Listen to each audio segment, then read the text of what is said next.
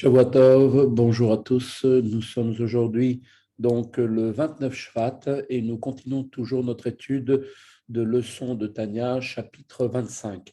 Donc nous avions vu hier que, il avait été expliqué au chapitre 22 et 24 qu'aucune créature ne peut se considérer comme étant séparée de Dieu, ni elle ne le peut, ni elle ne le veut, sans que la volonté divine ne soit dissimulée. Donc c'est seulement parce que la divinité est dissimulée qu'il pourrait sembler aux créatures être séparées de Dieu, ce qui n'est que simplement une vision des créatures. Étant donné que l'aspect intérieur de la volonté divine est révélé dans l'accomplissement d'un commandement, d'une mitzvah, aucune impression de séparation n'est alors possible. Car au moment où on accomplit une mitzvah, eh bien, le lien est identifié immédiatement et est ressenti par la personne qui l'accomplit. Et aussi, donc à ce moment-là, l'âme divine du juif et son âme animale, ainsi que leurs vêtements, pensées, paroles et actions, seront donc au moment de l'action de la mitzvah unis dans une parfaite unité avec la volonté de Dieu et la lumière infinie de Dieu, Baruch Hu, comme nous l'avons expliqué beaucoup plus de nombreuses fois. Alors on comprend maintenant que l'accomplissement des mitzvot crée donc une unité avec Dieu et cette unité est éternelle. Alors, la question c'est pourquoi cette unité est-elle éternelle? Alors, à ce sujet, Admor Azaken va nous répondre et nous dit la chose suivante. Eh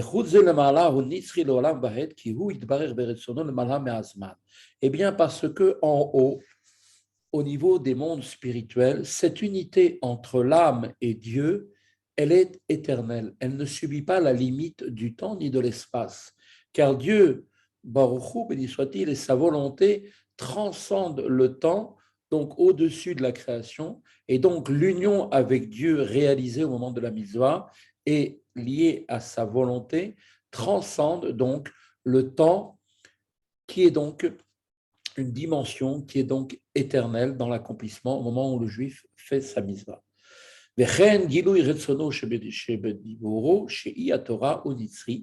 De même aussi, chose extraordinaire, dans ce monde, eh bien, la révélation de sa volonté, béni soit-il, est exprimée dans sa parole, qui est donc la Torah, qui elle-même est éternelle. Et donc, même si nous sommes dans un monde limité par le temps, l'espace et par la vie, eh bien, il existe une chose qui relève de l'éternité. Il s'agit de la parole de Dieu telle qu'elle s'exprime dans la Torah. Que Moshe Katouv, comme il est écrit, ainsi qu'il est dit dans Ishaïa, là-bas, il est dit Bedvar Elokeinu yakum leholam, bedvarav chayim bekayamim chole. Mais la parole de notre Dieu, dit Ishaïa, tiendra à jamais et ses paroles vivent et durent éternellement. Donc le texte, d'ailleurs le texte qui est tiré de la prière du matin, qui suit la lecture du schéma. Et bien évidemment, cette parole de Dieu qui dure et vive, les paroles de Dieu qui vivent et durent éternellement, eh bien, il ne les modifiera absolument pas, ni n'échangera jamais sa loi. Comme il est dit dans les mots, à tout jamais, il ne changera sa volonté. Donc, dès lors que maintenant nous avons compris que la révélation de la volonté de Dieu qui s'est exprimée dans la Torah telle qu'elle nous est donnée ici-bas dans ce monde limité, elle-même, cette expression de la volonté de Dieu est éternelle, l'union de l'âme avec Dieu, effectuée donc maintenant par l'étude de la Torah et par l'accomplissement des commandements, est elle aussi éternelle. Et là, chez le Mata, ou Tachat Azman, ou Beuta Shah Levada, chez Osekba, Betorah, ou Bemitzvot. Toutefois, on constate effectivement que ici-bas, dans ce monde, cette union s'inscrit dans les limites du temps, car l'âme est donc ici-bas sous la domination du temps dans ce monde. Et l'âme est unie à Dieu seulement au moment même où elle s'emploie à l'étude de la Torah ou bien qu'elle est en train d'accomplir les commandements. Ki achar kar im osek bedvar acher benifrad miyichud ha'elyon lemata. Et donc, car si l'homme va ensuite commencer à s'occuper de ses propres préoccupations terrestres nécessaires pour la vie, sa vie au quotidien, eh bien là, il se sépare ici-bas, si l'on peut dire, de cette union suprême, c'est-à-dire, on parle bien sûr quand il s'occupe de choses qui sont là, non pas des choses nécessaires pour son quotidien, pour sa vie au quotidien, travailler, éduquer ses enfants.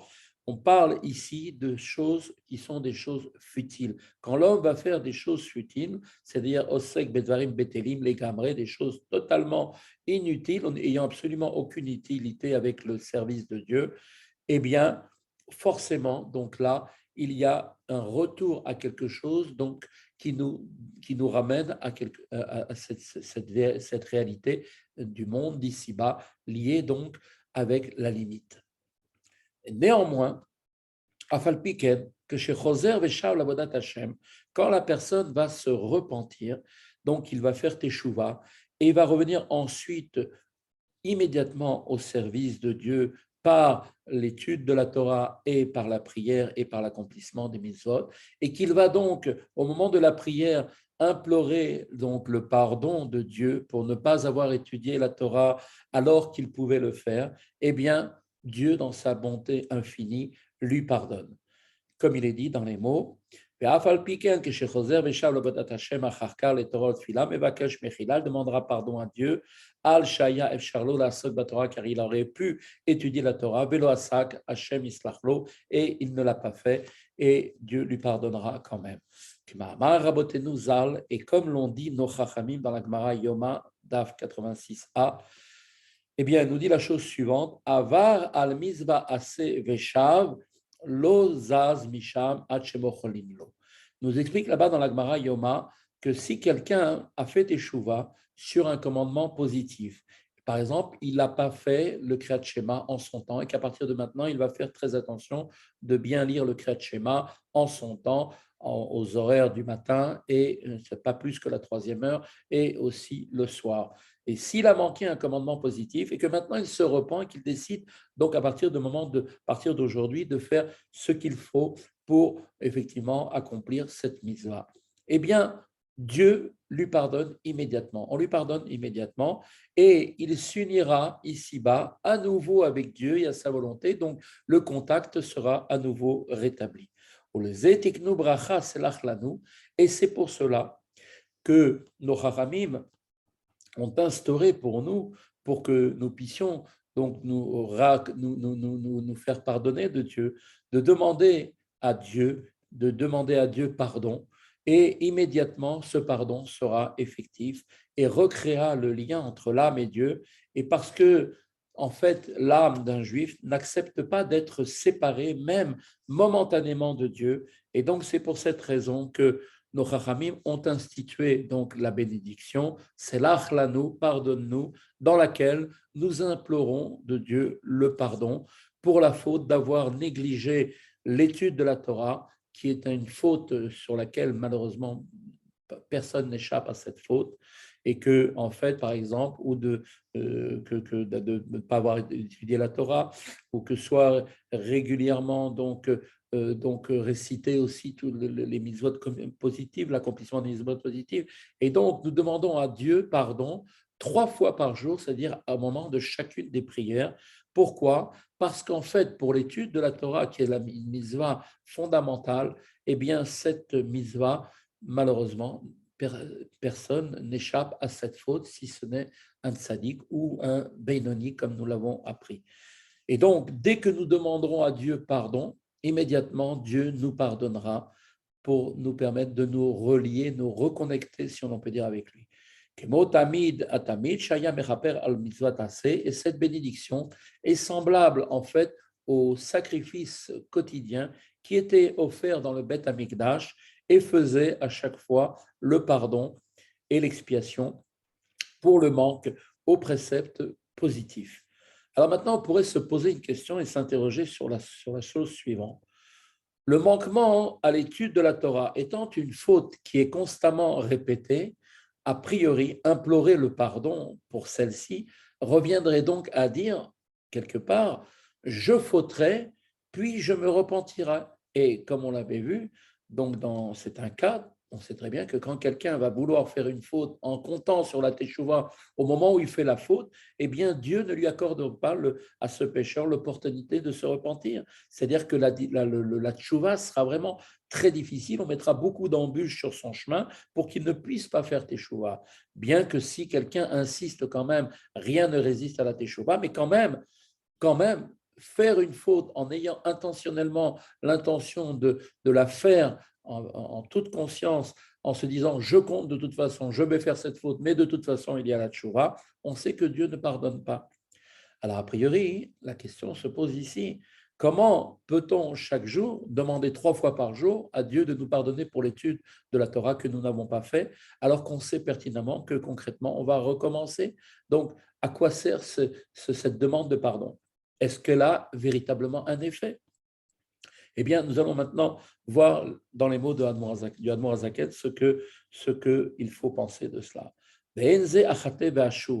En vérité, il ne faut surtout pas se dire que cette faute de dire je ne vais pas étudier la Torah, je ferai tchouva, eh bien, en vérité, cette faute-là n'est pas concernée par ce cadre-là, à moins que l'on s'en remette effectivement donc de la faute, comme on va l'expliquer. Pourquoi? Parce qu'au moment où la personne va faire une faute, au moment où il fait une faute, il est conscient, il a quelque part, si on peut dire, prémédité le fait de faire sa faute en se disant, c'est pas grave, je fais cette faute, mais de toute façon, la teshuva viendra me permettre de me rattacher avec Dieu. Mais là, au moment où il est en train de demander pardon pour l'étude de la Torah qu'il n'a pas fait, il n'a pas prémédité cette chose-là. Donc, effectivement, il fait cette faute et personne, malheureusement, n'échappe à cette faute, si ce n'est les tzadikim ou les beinonim, mais du fait qu'il n'a pas prémédité, elle n'est pas considérée, même si elle est répétitive dans la journée, et 3 fois par jour, on demande à chaque fois pardon, eh bien, Dieu nous pardonne parce que le repentir, ici, n'a pas servi de prétexte pour accomplir la faute. Et on sait très bien que si c'était le cas, l'opportunité ne nous aurait pas été donnée. Toutefois, dans le cas de la faute répétée, de la négligence de l'étude de la Torah, la teshuva n'a pas anticipé la faute, sous-entendu, elle n'a pas été en fait, la teshuva n'a pas été le moyen pour le fautif de se dire tiens, je vais fauter en comptant sur la teshuva. Donc, il est maintenant, effectivement, donc il ressort de là qu'il est donc possible d'implorer quotidiennement à 3 reprises par jour le pardon pour la faute de ne pas étudier la Torah. En conclusion, nous voyons que l'union de l'âme avec Dieu par les commandements est éternelle. Donc, considérant que l'on est prêt à faire don de sa vie, c'est-à-dire Messirut Nefesh, s'il fallait mourir, on a pu le voir qu'un juif est prêt à tout pour ne pas être séparé de Dieu, car personne ne voudrait même, ne serait-ce que même provisoirement, être séparé de Dieu. On devrait automatiquement prendre conscience de l'importance de l'effort à mettre en œuvre pour l'accomplissement des commandements qui créent, eux, un lien éternel avec Dieu. Donc, Rabbi Zalman a donc établi qu'en réalité, la conscience du consentement à donner sa vie à Dieu pour ne pas être séparé de lui a une implication dans les 2 domaines.